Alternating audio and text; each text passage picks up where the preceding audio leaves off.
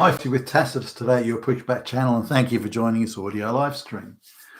In this essay, I'd like to talk about curiosity and the desire to learn, the desire to find a better way of doing things, the desire to build on knowledge of the past, to stand on the shoulders of giants and find another layer of knowledge or understanding or methodology, organization, a new invention, innovation, this sort of thing. Now, I took it for granted as a kid and as a younger guy, and even up until, I don't know, I suppose into my late 30s, early 40s, I took curiosity, the desire to learn, the desire to do better. Is there another way of doing this that's better? That type of thing. I just took it for granted. That's how not everybody, but most people thought. So, say in I don't know, the classroom at school or college, I'd sort of, you'd look at information on the basis of particularly history or those sorts of things. You'd look at it on the basis of, is there another perspective we can take? How can we, are there any other reference books we can, source on this? Those sort of things, but also in business, where you could just mention anything at all. Say, so well, look, is there a better way we can do this? And you'd put forward an idea or even the germ of a proposal, or some follow, some proposal that was quite well fleshed out.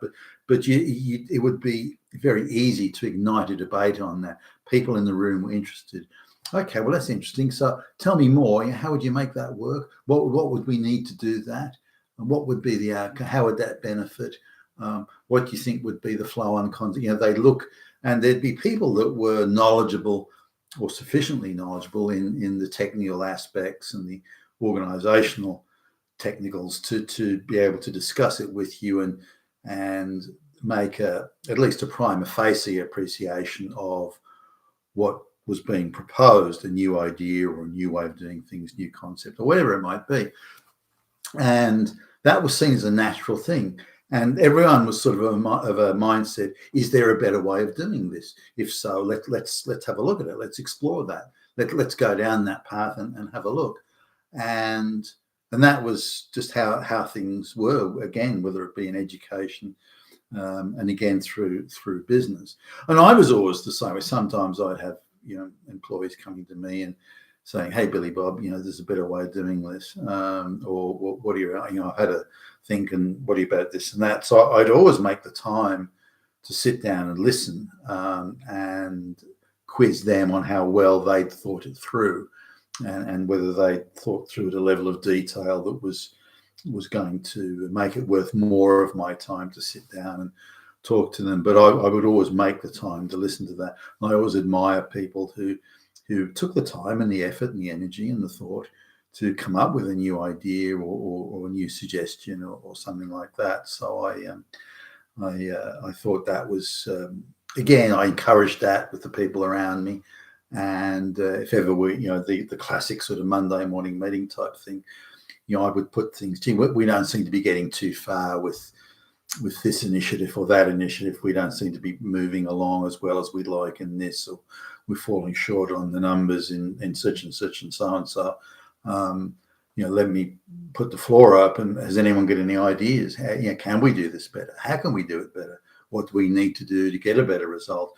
So I put it out there, and I tried to gather around me people that were bright enough to be able to make that level of contribution and wasn't sort of made insecure by having people with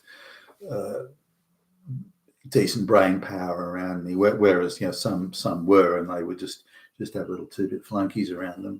But that sort of curiosity, that can we do it better? Can we do it differently? That's something that I took for granted was completely gone. Now, when in a business I was sharing, when we meet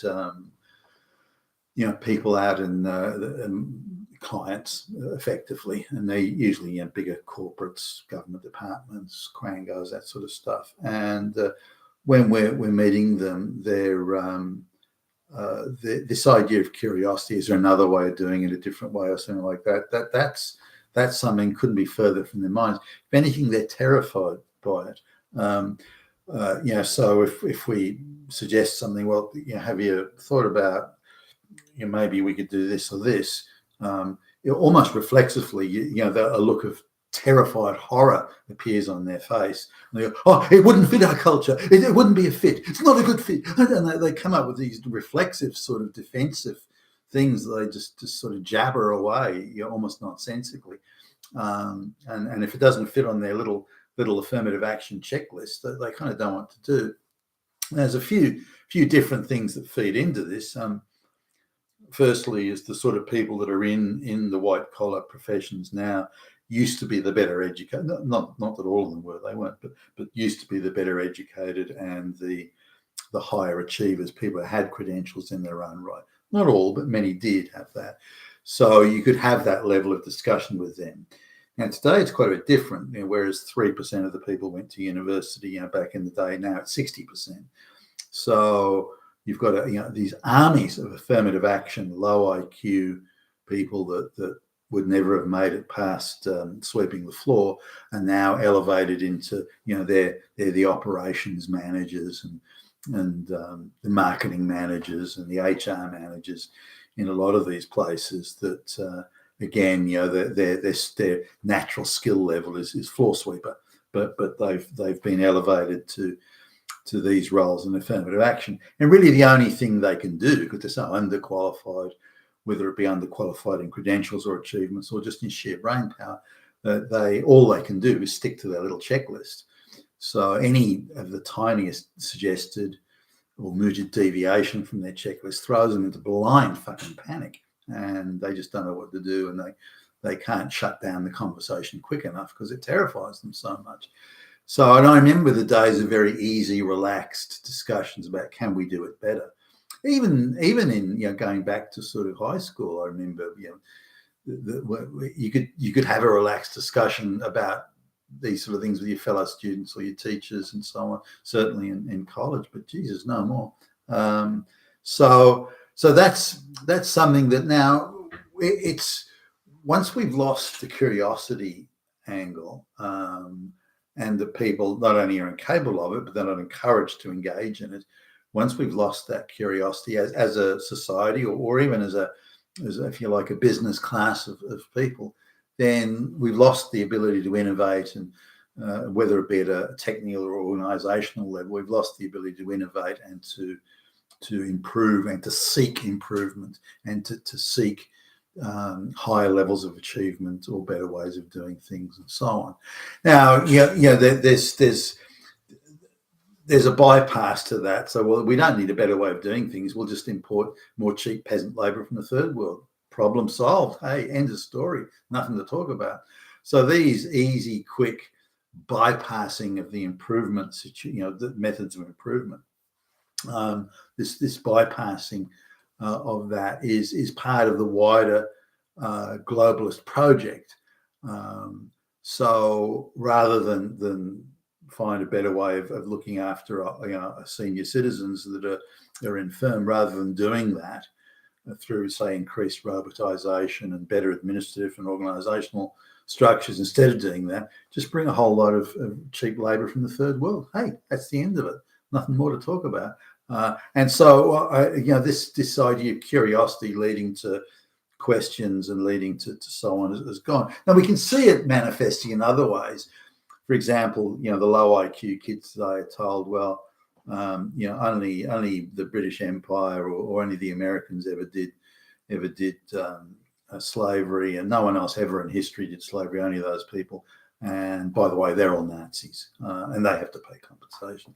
And to gullibly accept that, not that there weren't things that I accepted as a kid, say, at school, but I got older. We as students would question it again, even at high school, and the teachers encouraged that. They encouraged wide reading. I mean, in history, as an example, in history class, I think it was in the penultimate year of senior high school. That was it. And the teacher gave us all the reading list, which was the minimal entry level type reading list, which was, I don't know how many books it was. And then they gave for those that want to go the extra yard or extra yards plural, here's an extended reading list, which must have been double plus of what more than double of what the sort of the minimum reading list was. So I looked at that and I made a point of saying to myself, okay, I'm going to read every book on the extended reading list and I'm going to summarize it. Now, this was viewed by my fellow students as a Herculean task. And, well, you'll never get through that, Billy Bob. But the books were all nearly all of them in the library. Some I had to go to like the local government library, but this is pre-internet, of course. But so I went out, got those books, and developed a system for summarizing where I could keep on reading the text, and I didn't have to look down at my writing. I could keep on the lines in that page, and so I could summarize these books. And just to force my concentration to a higher level, I'd put music on a certain volume in the background, and so the mental effort to block out the music, that it would disturb me or break my concentration, the effort to block that out meant that I had to concentrate on the text even more intently.